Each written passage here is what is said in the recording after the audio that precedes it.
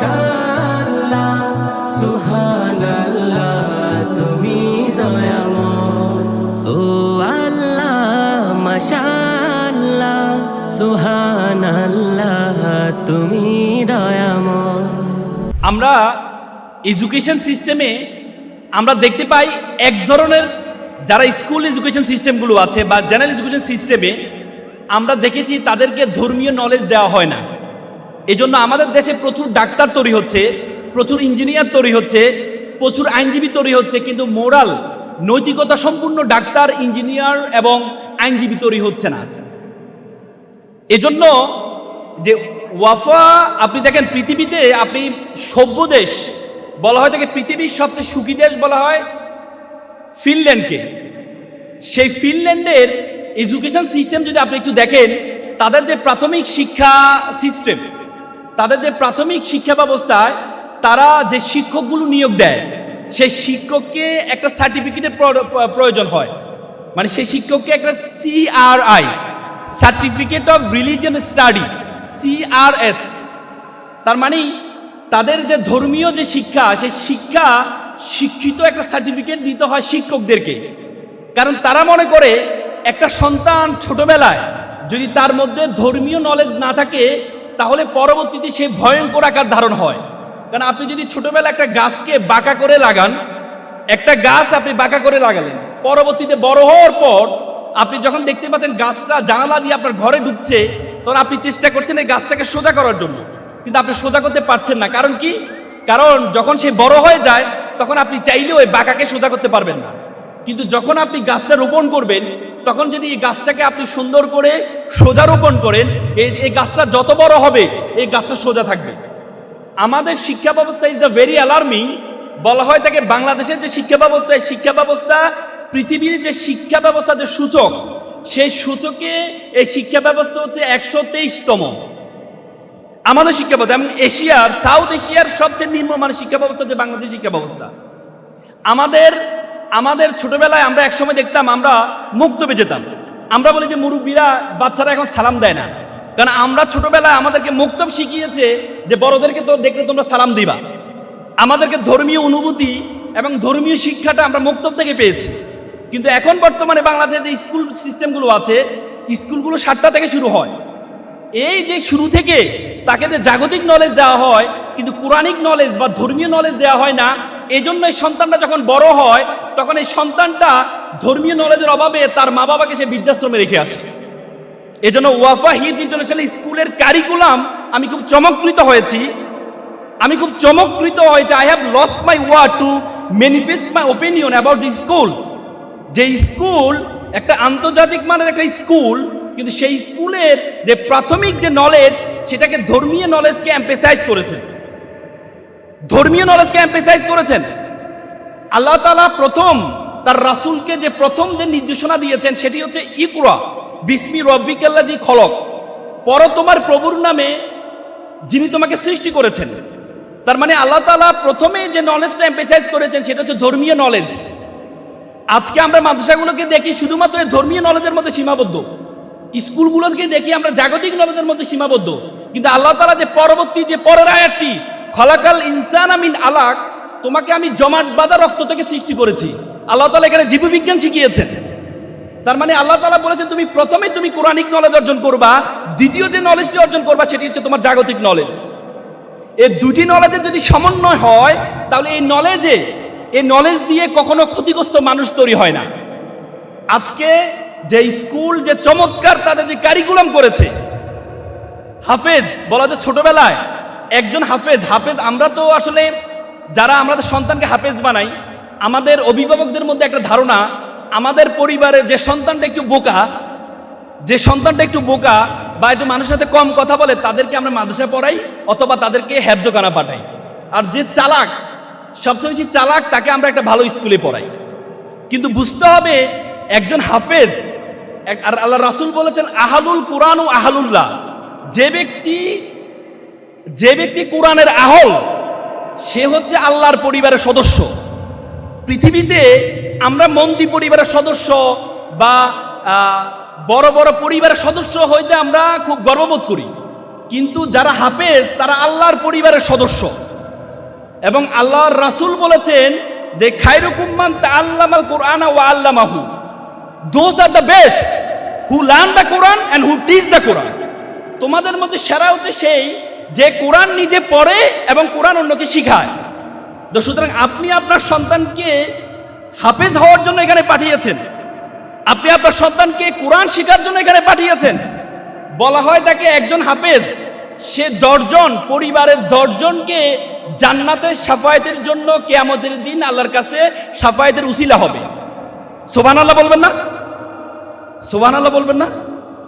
আমরা তো আসলে এই থ্যাংক ইউ ওয়েলকামে বিশ্বাসী, কিন্তু সুবহানাল্লাহ আলহামদুলিল্লাহ হাদিসে আছে সুবহানাল্লাহ ওয়া আলহামদুলিল্লাহ তামলা ওয়া তামলানে ফিল মিজান। কেউ যদি একবার সুবহানাল্লাহ পড়ে, একবার আলহামদুলিল্লাহ পড়ে, আসমান এবং জমিনে যতটুকু ফাঁকা আছে ততটুকু সওয়াব তার আমলনামা লেখা হয়।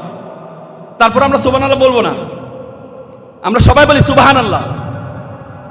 আপনাদেরকে এজন্য আপনি আপনার সন্তান, যে সন্তানকে আপনি এখানে হেফজে পড়ার জন্য দিয়েছেন, এই সন্তান আপনার জন্য উসিলা হবে। আজকে এখানে অনেকের অফিস ছিল, কিন্তু অফিস রেখে আপনি এখানে আসছেন। অনেক মায়ের অনেক কাজ ছিল, তারপরে আপনি এখানে আপনার সন্তানকে নিয়ে আসছেন। কেন নিয়ে আসছেন? কারণ আপনি আপনার সন্তানকে সবচেয়ে বেশি ভালোবাসেন, আপনি আপনার সন্তানকে সবচেয়ে বেশি পছন্দ করেন। সেজন্য আমি আজকে অভিভাবক যারা এখানে আছেন, আমি পৃথিবীর অনেক দেশে দেখেছি। I have visited 29 countries all over the world. আমি পৃথিবীর 29টা দেশে গিয়েছি। আমি যখনই কোনো দেশে যাই আমি সবসময় দেখার চেষ্টা করি সেখানে শিক্ষা ব্যবস্থা, স্কুলগুলোতে যাওয়ার চেষ্টা করি। কিছুদিন আগে আমি ইন্দোনেশিয়া গিয়েছিলাম, সেখানে জাকার্তায় বারাক ওবামা যে স্কুলে পড়াশোনা করেছেন সেই স্কুলে যাওয়ার আমার সুযোগ হয়েছে। আমি সেখানে দেখেছি তাদের শিক্ষা কারিকুলাম, উন্নত বিশ্বের শিক্ষা কারিকুলামগুলো এত স্ট্রং হওয়ার মূল কারণ হচ্ছে উন্নত বিশ্বে প্রতি সপ্তাহে একটা দিন, কিন্ডারগার্টেনের জন্য প্রতি সপ্তাহে একটা দিন তারা অভিভাবকদেরকে পড়ায়। কারণ আপনি অবাক হবেন যে অভিভাবকদেরকে কেন পড়ায়। তারা একটা দিন সন্তানকে, শিক্ষার্থীদেরকে পড়ায় 5 দিন, একদিন পড়ায় অভিভাবকদেরকে, আর আরেক দিন ছুটি থাকে। কেন একদিন পড়ায় জানেন? কারণ অভিভাবক, মনে রাখবেন, পরিবারের মা বাবা is the first teacher of the child. পিতা মাতা হচ্ছে একটা সন্তানের প্রথম শিক্ষক, আর family is the first university of the child. আর আপনার পরিবার হচ্ছে আপনার সন্তানের প্রথম বিশ্ববিদ্যালয়। একটা শিক্ষার্থী স্কুলে থাকে 3 থেকে 4 ঘন্টা, আর 19 থেকে 20 ঘন্টা একটা শিক্ষার্থী থাকে কোথায়? তার পরিবারে। তো সুতরাং পরিবারে যাহা দেখবে একটা মেয়েকে বলা হয়েছে, আচ্ছা বলো তো তুমি এত ভালো আচরণ কিভাবে করো, তোমাকে ভালো আচরণ কে শিখিয়েছে? সে বলেছে আমি তো কোনো ভালো আচরণ কোনো কিছু শিখিনি, আমার পরিবারে সবাই এভাবে আচরণ করে, এই জন্য আমি এভাবে আচরণ করি। তার মানে সন্তান বলা হয় লার্ন ইন বিহেভিয়ার। সন্তান আপনার থেকে দেখে শিখে, এজন্য সন্তান পরিবারে কতটুকু থাকবে। আপনি আপনার সন্তানকে, আমরা সবসময় বলি স্কুলে কি পড়ায়, না, স্কুলের পুরোপুরি স্কুলে পড়ানোর দায়িত্ব নয়, স্কুলে পথ দেখিয়ে দিবে, মূল পড়ানোর দায়িত্ব থাকবে হচ্ছে আপনার। একটা সন্তান পরিবারে কিভাবে অ্যাড্রেস করে, কিভাবে ব্যবহার করে। বলা হয় তাকে, আমরা বলি না যে আমাদের সন্তানটা এত দুষ্টামি কেন করে। বিজ্ঞান বলে আমাদের মাথার মধ্যে 200 বিলিয়ন নিউরন আছে। 100 বিলিয়ন নিউরন যখন আমাদের বয়স একটু 15 থেকে 16 হয়, 100 বিলিয়ন নিউরন ইনঅ্যাক্টিভ হয়ে যায়। তার মানে আপনার যে সন্তান, এই সন্তানের মাথায় 200 বিলিয়ন নিউরন অ্যাক্টিভ আছে, আর আমাদের অর্ধেক ইনঅ্যাক্টিভ হয়ে গেছে। এই জন্য সন্তান কাজ খোঁজে। সন্তান সবসময় কি খোঁজে? কাজ খোঁজে। আর আমরা সন্তানকে কাজ দিতে পারি না। আমরা বলি যে সন্তানটা এত দুষ্টামি কেন করে, রাতের 12টা 1টা এরপরও সে দুষ্টামি করে, কারণ সে তো কাজ খুঁজে। আমরা অভিভাবক যারা আছি, আমি ইনক্লুডিং মি, আমি সব বলছি আমরা আমাদেরকে সন্তানকে সময় দিতে পারি না। আজকে থেকে মনে রাখবেন, আমি একটা কোট এন্ড আনকোট করে একটা কথা বলি, আপনি আপনার সন্তানকে যতটুকু সময় বরাদ্দ করেছেন তার ডাবল সময় সন্তানকে দিবেন। আপনি সন্তানের জন্য যত টাকা খরচ করবেন সিদ্ধান্ত নিয়েছেন, তার অর্ধেক খরচ করবেন। আমি আবারও বলছি, আপনার সন্তানের জন্য আপনি যে বাজেট রেখেছেন, আমরা সন্তান যা চাই সন্তানকে তা দিয়ে দিই না। সন্তানের জন্য যত টাকা বরাদ্দ করেছেন তার অর্ধেক খরচ করবেন, আর সন্তানের জন্য যতটুকু সময় বরাদ্দ করেছেন তার ডাবল সময় সন্তানকে আপনি দিবেন। সক্রেটিস বলেছেন যে আমরা সম্পদ আরোহণের জন্য আমরা ইটকে দেয়াল বানাচ্ছি, দেয়ালকে প্রাসাদ বানাচ্ছি, কিন্তু এই সন্তানটা, এই সম্পদটা যার কাছে রেখে যাব তার জন্য আমরা কোনো সময় ব্যয় করছি না। এজন্য অভিভাবক বিন্দু, আপনাদের উদাত্ত আহ্বান থাকবে সন্তানকে সময় দিবেন, সন্তানকে সময় দিবেন। আমরা সবসময় মনে রাখবেন, আপনার সন্তানের যে মেধা, আল্লাহ তাআলা প্রত্যেককে এত মেধাবী করে তৈরি করেছেন। পৃথিবীর এই বিশ্ব জগতে যা কিছু আছে সবচেয়ে মূল্যবান হচ্ছে মানুষ। আইনস্টাইনের মৃত্যুর পরে তার ব্রেনকে চুরি করা হয়েছিল। একজন আমেরিকান চিকিৎসক তার ব্রেনটা চুরি করেছেন, যে আইনস্টাইন এত মেধাবী কেন, তার ব্রেনে কোনো পার্থক্য আছে কিনা। তারা দেখেছে যে আইনস্টাইনের ব্রেন এবং আমাদের যে ব্রেন, এই ব্রেনের মধ্যে কোনো পার্থক্য নাই, কোনো পার্থক্য নাই। পৃথিবীর সকলের ব্রেন সমান, কিন্তু ব্যাপারটা হচ্ছে আমরা আমাদের সন্তানকে কোথায় কাজে লাগাবো এই জিনিসটাই বুঝি না। আমরা মনে করি যে পাশের বাসার ভাবির মেয়েটা নাচে, আমার মেয়েকেও নাচতে হবে। পাশের বাসার মেয়েটা গান গায়, আমার মেয়েকেও গান গাইতে হবে। পাশের বাসার মেয়েটা ফার্স্ট ক্লাস ফার্স্ট হয়েছে বা স্কুলে ফার্স্ট হয়েছে, আমার সন্তানকে ফার্স্ট হইতে হবে না। আপনার সন্তানকে আল্লাহ তাআলা সকল যোগ্যতা দিয়ে তৈরি করেন নাই। আল্লাহ তাআলা বলেছেন লাকাদ খালাকনাল ইনসানা ফিল কাবাদ। আল্লাহ বলেছেন আমি তোমাকে ত্রুটি দিয়ে সৃষ্টি করেছি। আমরা পৃথিবীতে আসছি কেন জানেন? আমরা পৃথিবীতে আসছি হচ্ছে অপরাধ স্বরূপ। আদম আলাইহিস সালাম হাওয়া আলাইহিস সালাম যখন ফলটা খেয়েছেন, শাস্তি স্বরূপ ওনাদেরকে পৃথিবীতে পাঠানো হয়েছে। তার মানে যাদেরকে শাস্তি স্বরূপ পৃথিবীতে পাঠানো হয়েছে তাদের মধ্যে দুর্বলতা থাকবেই। আপনার সন্তানের মধ্যে উইকনেস আছে, কিন্তু স্ট্রেংথ আছে। আপনাকে বের করতে হবে সেই স্ট্রেংথটা কি। আপনারা জানেন 2006 সালে বাংলাদেশে একটা অপটিক্যাল ফাইবার স্টেশন করা হয়েছে কক্সবাজারে। অপটিক্যাল ফাইবার স্টেশন এটা হচ্ছে আপনার Spain, Portugal, Singapore, Malaysia, Philippines হয়ে আমাদের কক্সবাজার যুক্ত হয়েছে একটা তার, অপটিক্যাল ফাইবার। এই তারটার কারণে আজকে পুরো পৃথিবীটা আমাদের হাতের মুঠো চলে আসছে। আজকে আমেরিকা কি করছে আমরা এখান থেকে দেখতে পাচ্ছি, এখানে কি হচ্ছে আমেরিকা থেকে দেখতে পাচ্ছি। কিসের কারণে জানেন? এই অপটিক্যাল ফাইবার কারণে। বিজ্ঞান বলে এই অপটিক্যাল ফাইবারটা ছিল মাত্র 17,000 কিলোমিটার। বিজ্ঞান বলে আমাদের মাথার মধ্যে যে নার্ভ আছে, যে তার আছে, বলা হয় 2 কোটি তার আছে। বলা হয় থেকে একটা তারকে যদি আরেকটা তারের সাথে যুক্ত করা হয় তাহলে 2 লক্ষ কিলোমিটার হবে তারের দূরত্ব। তার মানে দেখেন 17,000 কিলোমিটার দিয়ে পুরো পৃথিবীটা আমার হাতের মুঠে চলে আসছে। 2 লক্ষ কিলোমিটার দিয়ে পুরো বিশ্ব জগৎ আপনার হাতের মুঠে চলে আসবে। আমাদের ধারণা আছে? আমাকে বলুন তো এই পৃথিবীর আয়তন কত বলুন তো? এই পৃথিবীর আয়তন 52 কোটি বর্গ কিলোমিটার। এই 52 কোটি বর্গ কিলোমিটার পৃথিবীতে 7টা মহাদেশ আছে, 5টা মহাসাগর আছে। এই 52 কোটি বর্গ কিলোমিটার পৃথিবীটাকে আমরা যে সূর্যটা দেখতে পাই, সূর্যের মধ্যে যদি ঢুকিয়ে দেওয়া হয় তাহলে 13 লক্ষ পৃথিবী ঢুকিয়ে দেওয়া সম্ভব।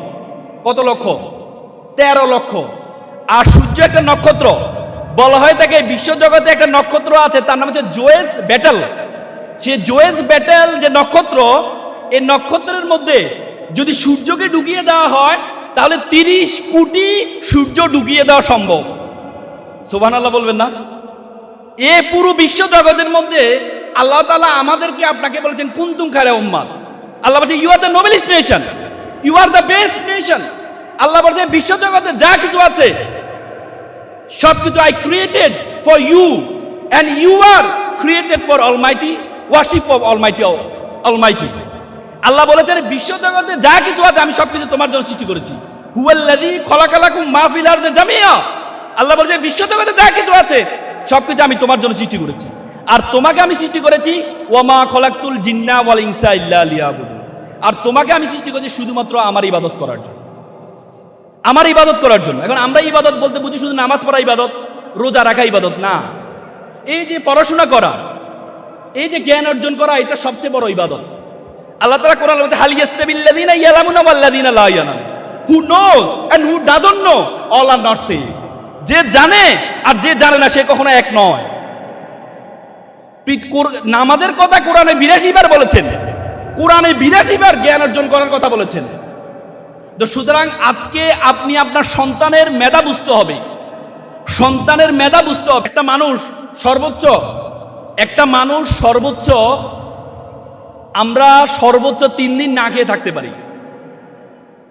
আমরা 3 দিন না খেয়ে থাকতে পারি। আমরা 3 দিন পানি না খেয়ে থাকতে পারি। 21 দিন আমরা না খেয়ে থাকতে পারি। 3 মিনিট আমরা শ্বাস প্রশ্বাস না নিয়ে থাকতে পারি।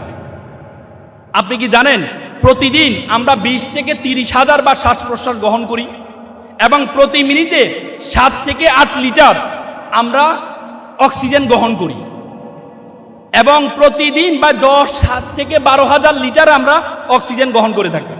আমাদের ফুসফুস মাত্র 550 লিটার অক্সিজেন, পিওর অক্সিজেন গ্রহণ করে থাকে। বলা হয় থাকে 550 লিটার অক্সিজেনকে যদি সিলিন্ডারাইজ করা হয় তাহলে এটার মূল্য হবে 18 লক্ষ টাকা। তার মানে প্রতিদিন আল্লাহ তাআলা আপনার সন্তান এবং আমাদের পিছনে 18 লক্ষ টাকা খরচ করেন। এরপরে আমরা বলি আমাকে অযথা আল্লাহ সৃষ্টি করেছেন, আমাকে অযথা আল্লাহ সৃষ্টি। আল্লাহ আপনাকে অযথা সৃষ্টি করেন নাই, আর আপনাকে সকল কাজ করার জন্য সৃষ্টি করেন নাই। আপনাকে আপনার সন্তানকে, একটা অভিভাবকের মূল কাজ হবে সন্তান কি চায়, কোন কাজটা করতে চায়। আমরা মনে করি সব কাজ আমার সন্তান করবে।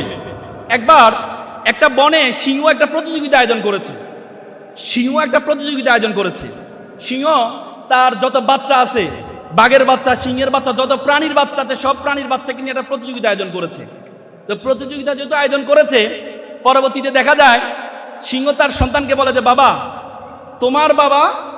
তোমার বাবা বনের রাজা, তোমাকে ফার্স্ট হইতে হবে। পরবর্তী প্রতিযোগিতা অংশগ্রহণ করেছে। প্রথম প্রতিযোগিতা সাঁতার প্রতিযোগিতায় দেখা গেল সিংহের বাচ্চাকে পিছনে পেলে, বাঘের বাচ্চাকে পিছনে পেলে আপনার কুমিরের বাচ্চা ফার্স্ট হয়েছে, সিংহের বাচ্চা সবাই লাস্ট।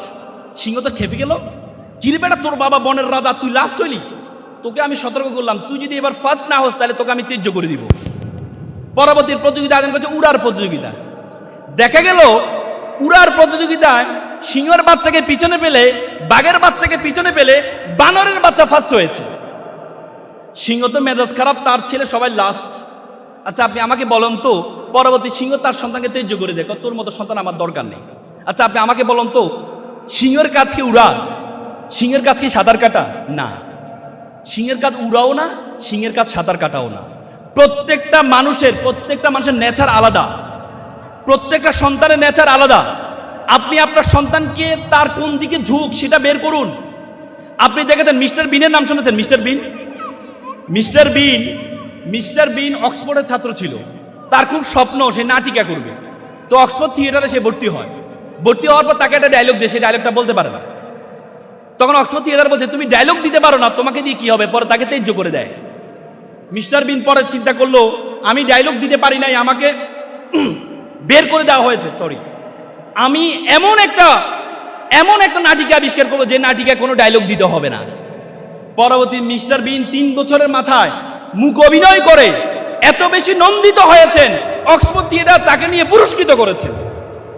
এখন আমরা তো বুঝি না, আমরা তো মনে করি ভালো কথা বলতে পারা এটাই সবচেয়ে বড় যোগ্যতা। না, আপনার সন্তানরা হয়তো ভালো কথা বলতে পারেন না, কিন্তু আপনার সন্তানের মধ্যে এমন একটা যোগ্যতা আছেন।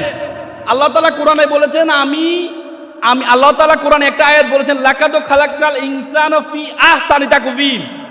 আল্লাহ বলেছেন আমি তোমাকে উত্তম আকৃতি দিয়ে সৃষ্টি করেছি, উত্তম আকৃতি দিয়ে সৃষ্টি করেছি। আল্লাহ তাআলা বলেছেন। এই আয়াতটা বলতে গিয়ে আল্লাহ 4 বার কসম খেয়েছেন। আমরা কোনো একটা জিনিসকে গুরুত্ব দিতে গিয়ে কসম খাই, যেমন বলি না মায়ের কসম, বাচ্চার কসম, তার মানে কি গুরুত্ব দিতে গিয়ে। তেমনি আল্লাহ তাআলা বলেছেন তিনের কসম, জাইতুন ফলের কসম, তুরি সিনিন, সিনা পর্বতের কসম, লাকাদ খালাকনাল ইনসানা ফি আহসানি তাকওয়িম। তোমাকে আমি উত্তম আকৃতি দিয়ে সৃষ্টি করেছি। আপনার সন্তান একটু কালো হলে আপনার মন খারাপ হয়, সন্তানের হাতে একটু প্রবলেম হলে আপনার মন খারাপ হয় না? মন খারাপ কখনো করবেন না, সন্তানকে কোনো হতাশ করবেন না। আজকে যে বাল্বের মাধ্যমে আমরা বিভিন্ন প্রোগ্রাম দেখতে পাই, এই বাল্বটা আবিষ্কার করছে কে জানেন? Thomas Alva Edison. ছোটবেলায় তাকে বলে অটিস্টিক ছিল। টমাস আলভা এডিসন বিভিন্ন মুরগির খোয়ারে ঢুকে যেতেন, যে মুরগি যদি ডিম পারে তাহলে আমি একটা ডিম দিয়ে দেখি ডিম পারে কিনা। পরবর্তী স্কুল কর্তৃপক্ষ মাকে একটা চিঠি ধরিয়ে দিলেন বলে যে আপনার সন্তানকে নিয়ে যান, এই গর্দভ স্টুডেন্ট, এই স্কুল অন্যান্য শিক্ষার্থীরা নষ্ট হয়ে যাচ্ছে। মা চিঠিটা নিয়ে বাসায় গেল। আলভা এডিসন জিজ্ঞেস করলাম, মা চিঠিতে কি লেখা আছে? মা বলে যে চিঠিতে লেখা আছে তোমার মতো মেধাবী এই স্কুল তোমার জন্য যোগ্য না। তখন টমাস আলভা এডিসন চিন্তা করলো, আমি এত মেধাবী, আমি তো জানতাম না।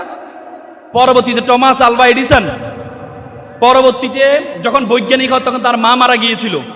আলমিরা থেকে চিরকুটটা সে বের করেছেন, চিরকুটটা বের করে চোখের পানি ফেলে দিয়েছেন।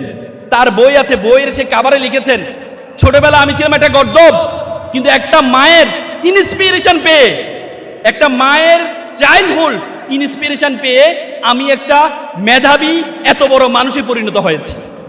তো সুতরাং আপনি আপনার সন্তানকে কোনো হতাশ করবেন না। সন্তানকে না এবং কেন এই দুইটা শব্দ কখনো করবেন না। আমি আবারও বলছি, সন্তানকে না এবং কেন। সন্তানকে বলবেন না যে বাবা বৃষ্টিতে ভিজো না, বাবা আইসক্রিম খেও না, বলবেন না। সন্তানকে বলবেন যে বাবা বৃষ্টিতে ভিজো, ভিজলে কিন্তু তোমার জ্বর আসবে। বাবা আইসক্রিম খাও, আইসক্রিম খেলে তোমার ঠান্ডা লাগবে। যখন তার ঠান্ডা লাগবে তখন সে বুঝবে মা যে আমাকে বলেছে যে এটা খেলে ঠান্ডা, এটা আমি তো আর খাবো না। আপনি যখন সন্তানকে কেন প্রশ্ন করেন যে বাবা তুমি কি অমুক গাছের আম পেরেছো, আপনার কেন প্রশ্নের উত্তর এবং আপনার চোখের ভঙ্গিমা দেখে সে ডিফেন্স নিয়ে নেয়। সে বলে যে না মা আমি তো পারি না, রফিক পেরেছে। কিন্তু আপনি যদি বলেন যে বাবা অমুক গাছের আম অনুমতি ছাড়া পারা ঠিক না, তাহলে বলে ঠিক আছে মা আমি আর পারবো না। আপনি যদি বলেন বাবা দেয়ালে এঁকেছো কেন, কেন প্রশ্ন শুনে আপনি এটা করবেন না। আপনি বলেন যে বাবা তুমি কি আঁকবা, আঁকলে তুমি কাগজে আঁকো, এই দেয়ালে যে আঁকছো এটা নিয়ে তো আমি তোমার স্কুলে তোমার ম্যামকে দেখাইতে পারবো না, তুমি বরং কাগজে আঁকো, আমি সবাইকে দেখাবো। তখন বলছে ঠিক আছে মা আমি কাগজে আঁকবো। এই জন্য সন্তানকে না এবং কেন এই দুইটি প্রশ্ন করবেন না। সন্তানকে সবসময় পজিটিভিটি শিখাবেন, সন্তানকে সবসময় পজিটিভিটি শিখাবেন। আমরা তো সন্তানকে শিখাবেন হচ্ছে পায়রার মতো। পায়রা দেখেছেন আপনারা? পায়রা দেখবেন, পায়রা যত কঠিন খাওয়া সব খায়, খাওয়ার পর দাঁত দিয়ে নরম করে, নরম করে এখানে ঝুলিতে রাখে। তারপরে যখন নরম হয় তখন তার পায়রার বাচ্চা যখন হা করে তখন একটু একটু করে খাবার দেয় নরম করে। আপনি আপনার সন্তানকে নরম করে শিখাবেন। আমরা তো প্রত্যেকে নিজের মতো করে ভাবি, নিজের মতো করে ভাবলে হবে না। আমরা প্রত্যেকে নিজের মতো করে ভাবি। কেন আমরা নিজের মতো করে ভাবি? একবার একটা সন্তান কান্না করছিল, প্রচুর কান্না করছে, আর বাবা চিন্তা করলো কান্না করছে নিশ্চয় এই কি বলে তাকে একটু খুশি করার জন্য বাবা তাকে মেলা নিয়ে যায়। তো বাবা মেলার ভিড়ের মধ্যে বলে বাবা দেখো, বাবা দেখো নাগরদোলা, বাচ্চারা কান্না করে। বাবা দেখো বেলুন, বাচ্চারা কান্না করে। বাবা দেখো জিলাপি, বাচ্চারা কান্না করে। তো বাবা চিন্তা করলো কান্না করে কেন? তো মনে ভাবছে যে কোনো জুতায় কোনো ব্যথা পাচ্ছে। তখন বাবা নিচে বসে তার জুতাটাকে যখন খুলে যখন উপর দিকে তাকালো তখন দেখা গেল এত মানুষের ভিড়ে এতক্ষণ পর্যন্ত যা দেখিয়েছে, যখন সন্তানের সমান হয়েছে, সন্তানের সমান হওয়ার পরে যখন দেখেছে এতক্ষণ যা দেখিয়েছে বাচ্চা শুধু মানুষের মাথা ছাড়া আর কিছুই দেখে নাই। কারণ তাকে যখন বলে বাবা নাগরদোলা উঠাবো, সে তাকে মানুষের মাথা, বাবা জিলাপি তোমাকে খাওয়াবো, সে তাকে মানুষের মাথা, এই মাথা খাইতে হবে। যখন বলছে বাবা এই দেখো বেলুন, সেই তাকে মানুষের মাথা। তার মানে এই যে আমরা যখন সন্তানের মতো করে যখন বসি তখন সন্তানের মতো করে চিন্তাটা আমাদের মাথায় আসে। এজন্য আপনি আপনার সন্তানকে চিন্তা করবেন সন্তানের মতো করে, আর সন্তানকে পরিশ্রম শিখাবেন। সন্তানকে আপনি পরিশ্রম শিখাবেন। আমরা সন্তানকে পরিশ্রমই করতে চাই না, আমরা সন্তানকে সার্ভাইভাল অফ দ্য ফিটেস্ট, সমাজের সাথে সার্ভাইভ করা শিখাতে চাই না আমরা। আপনি আপনার সন্তানকে সার্ভাইভ করার জন্য শিখাবেন। আপনি দেখবেন আপনারা জিরাফ দেখেছেন কখন? জিরাফ, বড় জিরাফ দেখেছেন? জিরাফ যখন বাচ্চা প্রসব করে,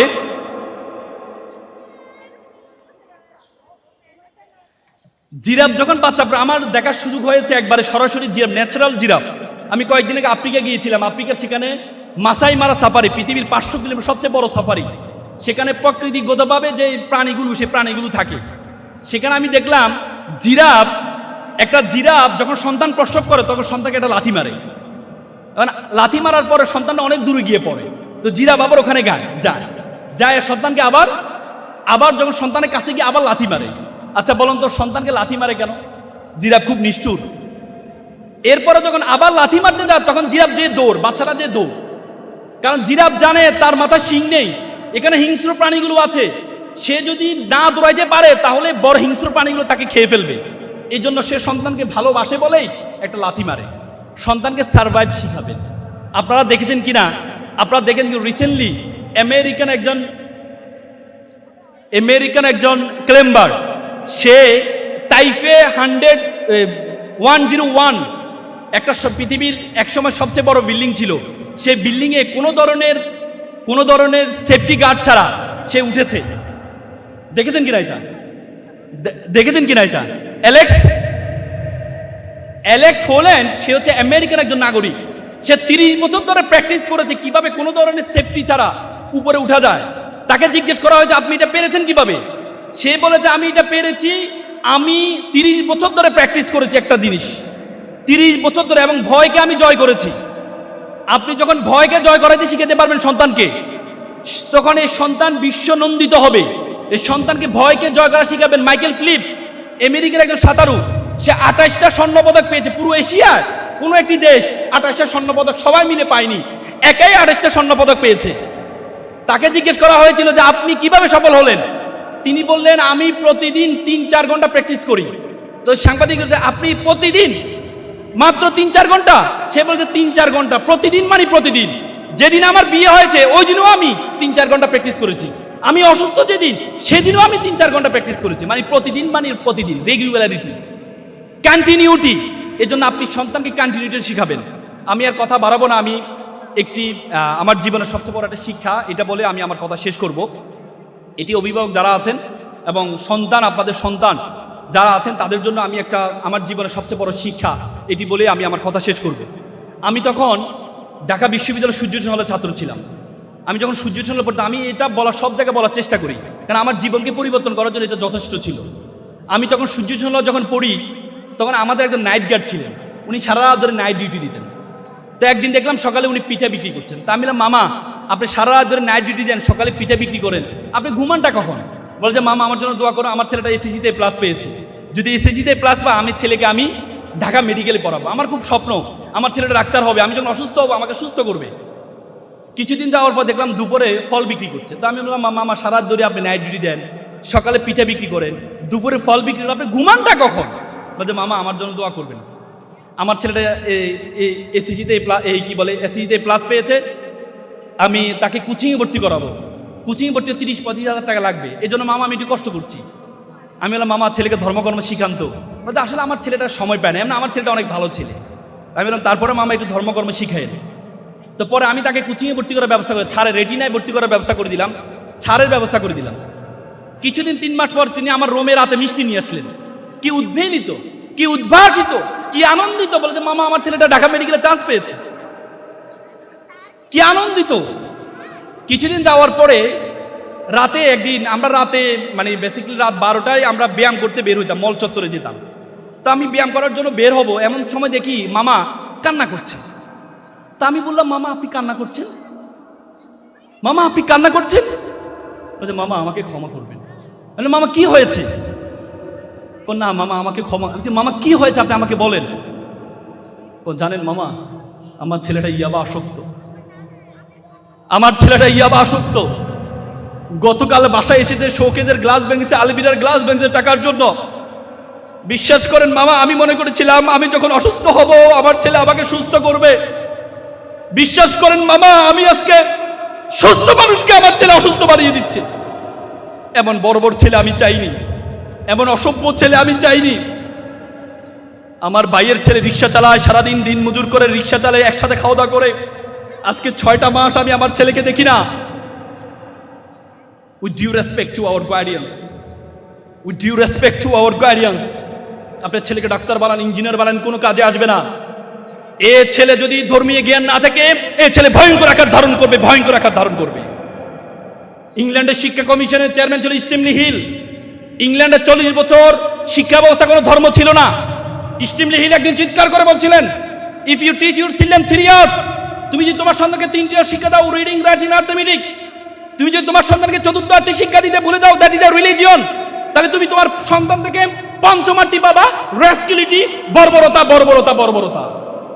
ধর্ম আপনাকে শিক্ষা দেয় ওয়াকফিদ লাহুমা জানাউযুল মিন রাহমা ওয়াকুল রাব্বির হামুমা কামা রাব্বায়ানি সগীরা। হে আল্লাহ, আমার মা বাবা যেভাবে আমাকে লালন পালন করেছে, তুমি আমার মা বাবাকে সেভাবে লালন পালন করো। ধর্ম আপনাদের শিক্ষা দেয় ওয়ালা তাকুল্লাহুমা উফি ওয়ালা তানহারহুমা ওয়াকুল্লাহুমা কাওলান কারীমা। মা বাবার সাথে উফ শব্দটি পর্যন্ত ব্যবহার করো না। It's a religion. আল্লাহ রাসূল বলেন মাল্লাইসা মাল্লাম ইউরহামা সগীরা ওয়া লাম ইয়াকুর কাবীরা। তুমি আমার উম্মত নয় যদি বড়দেরকে শ্রদ্ধা না করো, ছোটদেরকে স্নেহ না করো। It's a religion. Each and every religion আর রেসপেক্ট প্যারেন্টস। অত সৈন্য হ কিলো কামরূপ রোহিত কপতিগিনি নির্বিষ্টা হো দলপক পিঙ্গ কদলি কুঞ্জ ব্রহ্মদ বানরা। প্রত্যেকটা ধর্ম পিতা মাতাকে শ্রদ্ধার কথা বলেছেন। সুতরাং আপনি আপনার সন্তানকে, আমরা ছোটবেলা ধর্মটা শিখাই, এরপরে এটা শিখাতে ভুলে যাই। আপনি আপনার সন্তানকে ছোটবেলায় যেভাবে এখানে এত সুন্দর একটা স্কুলে, ধর্মীয় একটা স্কুলে দিয়েছেন, তেমনি এটার কন্টিনিউটিটা বজায় রাখবেন। আপনি নিজে ধর্ম পালন করবেন, সন্তানকে ধর্মটা শিখাবেন। যদি আপনি পারেন, পৃথিবীতে আরেকটি দায়িত্ব পালন করবেন, সেটা হচ্ছে দেশের প্রতি ভালোবাসা রাখবেন, দেশের প্রতি মমত্ববোধ রাখবেন। পৃথিবীতে এত সুন্দর দেশ আপনি কোথাও পাবেন না। পৃথিবীতে এত সুন্দর দেশ আপনি কোথাও পাবেন না। জন এফ কেনেডি বলেছে, you don't ask what country can do for you, you can ask you can do for you country. তুমি জিজ্ঞেস করো না তোমার দেশ তোমাকে কি দিয়েছে, বরং তুমি জিজ্ঞেস করো তোমার দেশের জন্য তুমি কি করেছো। দেশের প্রতি ভালোবাসা রাখবেন। পৃথিবীতে বাইরে না গেলে আপনি বুঝবেন না দেশের প্রতি ভালোবাসা কি জিনিস। পৃথিবীতে এত সুন্দর দেশ, 6 ঋতুর দেশ আপনি কোথাও পাবেন না। আমি কিছুদিন আগে রাশিয়া গিয়েছিলাম, আমার আঙ্গুল ফেটে, আমি অজু করবো -25, আমার আঙ্গুল ফেটে রক্ত বের হয়েছিল। এত সুন্দর দেশ পৃথিবীতে কোথাও পাবেন না। সুতরাং দেশের প্রতি মমত্ববোধটা আপনারা রাখবেন। পারবেন তো ইনশাল্লাহ? ইনশাল্লাহ। যারা শিক্ষার্থী আছে তোমরা একটু সবাই দাঁড়াও তো, শিক্ষার্থী একটু দাঁড়াও তো, শিক্ষার্থী যারা আছো বাবুরা একটু দাঁড়াও তো। তোমরা এখানে কথা আসে না মনে হয়, না সাউন্ডটা এখানে আসে না, আসে? বাবুরা একটু দাঁড়াও তো, দাঁড়াও তো, স্টুডেন্টরা দাঁড়াই। একটু সামনে হাত নাও, আমার সাথে একটা ওত পড়বা, সামনে হাত নাও, আমার সাথে বলবা। বাবুরা বলো, আমি ওয়াদা করছি, লাউডলি বলো, লাউডলি। আমি ওয়াদা করছি খারাপ কিছু দেখব না, খারাপ কিছু বলবো না, খারাপ কিছু শুনবো না। যে মুখে ডাকি মা, সে মুখে মাদক না। লাউডলি বলো, যে মুখে ডাকি মা, সে মুখে মাদক না। মানুষের মতো মানুষ হব, পিতামাতাকে শ্রদ্ধা করব, নিজের দেশকে নিজেই গড়ব। বসো, তোমরা যারা ছোট্ট শিশু, বড় হবে ঠিক, তোমরা হবে শিল্পী, কবি, লেখক, বৈজ্ঞানিক। আজকে যারা ফুলের কলি, কালকে হবে ফুল। তোমরাই দূর করবে এই সমাজের ভুল। সকলে ভালো থাকবেন, সুস্থ থাকবেন। আসসালামু আলাইকুম।